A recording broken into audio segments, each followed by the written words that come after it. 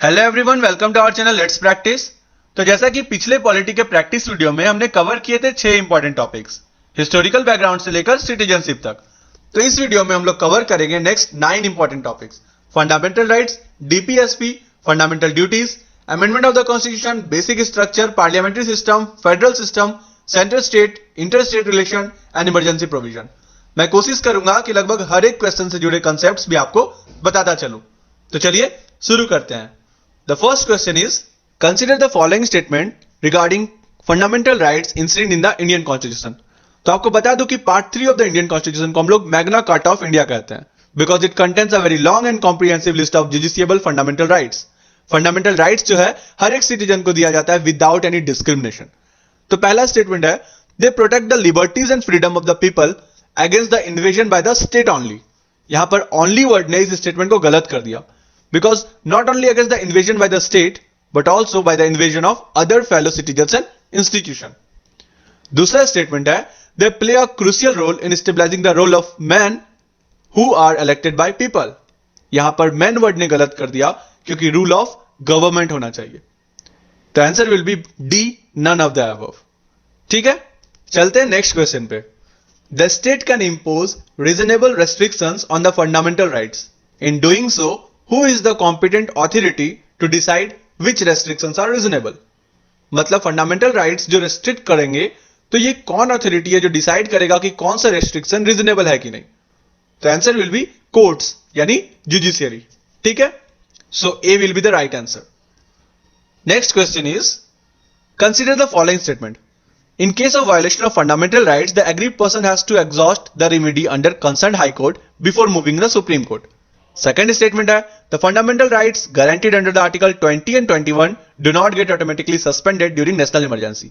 And the third statement is, the Parliament cannot curtail or repeal the fundamental rights. आपको choose करना है the incorrect code, मतलब the incorrect statement। देखिए, article number 20 and 21 national emergency के time भी suspended नहीं किए जा सकते हैं। ये आपको पता है कि ये स्टेटमेंट सही है। बस इसी के बेसिस पे आपने ए, बी और डी को एलिमिनेट कर दिया क्योंकि इसमें सेकंड स्टेटमेंट है। So answer will be C, 1 and 3 is incorrect.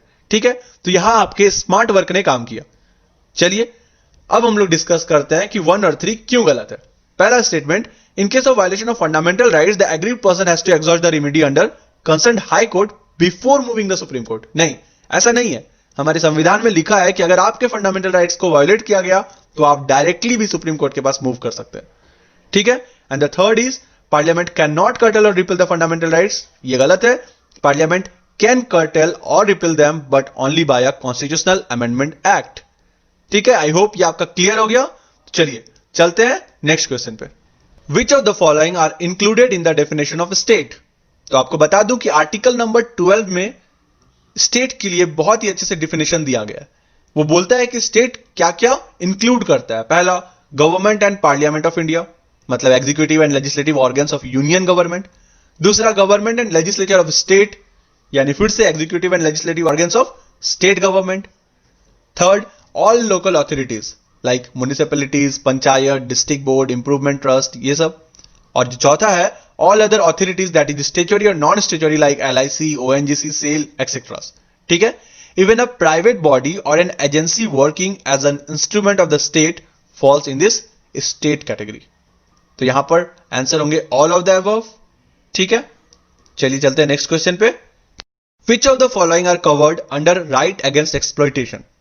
Prohibition of traffic in human being and forced labor, protection against arrest and detention in certain cases, abolition and untouchability and prohibition of its practice, and protection of life and personal liberty। ठीक है, तो ये जो नीचे के दिए गए हैं ये तो article number 21 right to life से आते हैं। तो option A is the correct answer, prohibition of traffic in human beings and forced labour. ठीक है, next question, which of the following rights are covered under right to life as provided by article 21? अभी हम लोगों ने देखा right against handcuffing, right to information, right to reputation, right to speedy trial, right to travel abroad, ये सारे के सारे आते हैं राइट टू लाइफ में। तो answer will be all of the above. ठीक है, चलिए नेक्स्ट क्वेश्चन देखते हैं। Which of the following are described as noble feature by doctor B R Ambedkar? Fundamental rights, DPSP, fundamental duties या फिर fundamental rights and DPSP?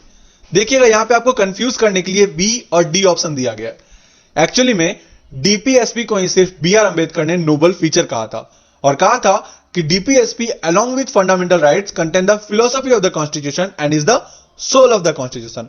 So here the answer will be B, directive principle of state policy. आपको बता दूं यह part 4 of the constitution में है और इसका आर्टिकल 36 से लेकर के 51 में बताया गया है। ठीक है, next question is consider the following statement about directive principle of state policy. First, the constitution contain classification of directive principle on the basis of their content. Second, to promote equal justice and to provide free legal aid to the poor is covered under Gandhian principle. And the third is to prohibit the consumption of intoxicating drinks and drugs which are injurious to health is covered under the socialist principle. Choose the correct code. ठीक है, तो पहला बात कि constitution में कोई भी classification नहीं दिखाया गया है कि डीपीएसपी को हम लोग कितने तरीके से क्लासिफाई कर सकते हैं। वो तो हम लोगों ने on the basis of their content and direction इसे 3 पार्ट में बांटा है, socialist, Gandhian and liberal intellectual.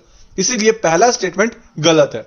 दूसरा statement to promote equal justice and to provide free legal aid to the poor people, ये आते हैं सोशलिस्ट प्रिंसिपल में। So second option भी गलत है। And the third statement is to prohibit the consumption of intoxicating drinks, ये है Gandhian principal.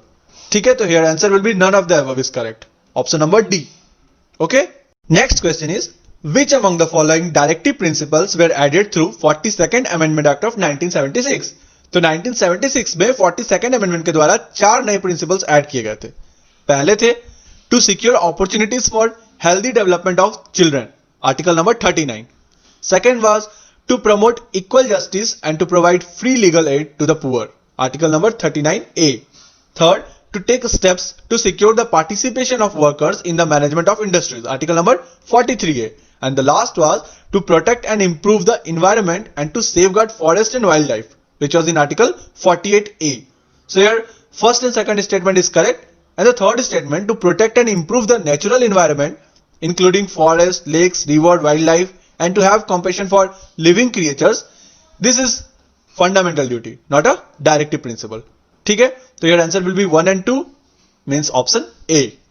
Next question is the directive principle are non-justiciable in nature, but which of the following article imposes a moral obligation on the state to apply this principle in making laws? देखिए, doctor B R Ambedkar ने कहा था कि a government which rests on popular vote can hardly ignore the directive principle while shaping its policy. मतलब अगर कोई government ignore करते हैं तो उन्हें इलेक्शन के टाइम में इलेक्टोरेट के सामने जवाब देना पड़ेगा। तो इसका प्रावधान जो है आर्टिकल नंबर 37 में दिया गया है, जो क्लियर करता है that this principles are fundamental in governance of the country and it shall be the duty of the state to apply this principle in making laws. So your answer will be A, article 37। Next question is which of the following is not a directive principle of state policy? Options, to raise the level of nutrition, ये तो directive principle है। To develop the scientific temper, this is not a directive principal, this is a fundamental duty. And the next, to promote economic interest of weaker section and to separate the judiciary from executive, these both are also directive principle of state policy. Okay, next is which of the following directive principle is based on liberal intellectual ideology? तो हम लोगों ने जैसे आगे जाना कि directive principle को हम लोगों ने 3 पार्ट में क्लासिफाई किया है, socialist ideology, Gandhian ideology and liberal intellectual ideology.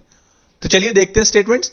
पहला, to organise agriculture and animal husbandry on modern and scientific lines, yes, this is liberal intellectual ideology, so here answer will be A. But और भी सारे को discuss करते हैं। Second is to prohibit the slaughter of cows, calves and other milch and draught cattle, this is under Gandhian ideology. Next is to make provision for just and human condition for work and to provide equal pay for equal work for men and women, these both are under socialist ideology. Okay, चलते हैं next question पे। In the Constitution of India, promotion of international peace and security is mentioned in which of the following? तो article number 51A contains this provision to promote international peace and security and maintain just and honorable relation between nations. मतलब कि this is under directive principle of state policy। और आपको बता दूं कि ये हम लोग क्लासिफाई करते हैं अंडर लिबरल इंटेलेक्चुअल आइडियोलॉजी। ठीक है, चलते हैं नेक्स्ट क्वेश्चन पे। Consider the following statements about the fundamental duties enumerated in the Indian constitution. पहला स्टेटमेंट है the Indian constitution does not have any provision for the direct enforcement of fundamental duties, yes it is correct. Second है one of the fundamental duty is to vote in general election so as to maintain the vibrant democracy of India, no this is incorrect. And the third is there are 11 fundamental duties instilled in the constitution for every citizen of India. Yes, this is also correct. Although जो स्वर्ण Singh committee थे उन्होंने suggest किया था 8 fundamental duties, पर हम लोगों ने 42nd कॉन्स्टिट्यूशनल अमेंडमेंट एक्ट के द्वारा 10 फंडामेंटल ड्यूटीज को इंक्लूड किया. But in recent 2002, one more fundamental duty was added. So at present we can say that in Article 51A there are 11 fundamental duties. So your option B will be the correct answer. That means statement 1 and 3 is correct. तो ये थे fundamental duties तक के कुछ model questions. Next part में हम लोग आगे के टॉपिक्स के क्वेश्चन करेंगे. अगर आपने अब तक सब्सक्राइब नहीं किया है तो अभी सब्सक्राइब करके बेल आइकन दबा दे ताकि आप हमारे प्रैक्टिस सेशन को मिस ना करें. चलिए, that's the wrap in this video. अगर किसी टॉपिक में आप डिटेल वीडियो चाहते हैं तो हमें कमेंट करके जरूर बताएं. Thank you. Stay blessed, stay safe and keep learning.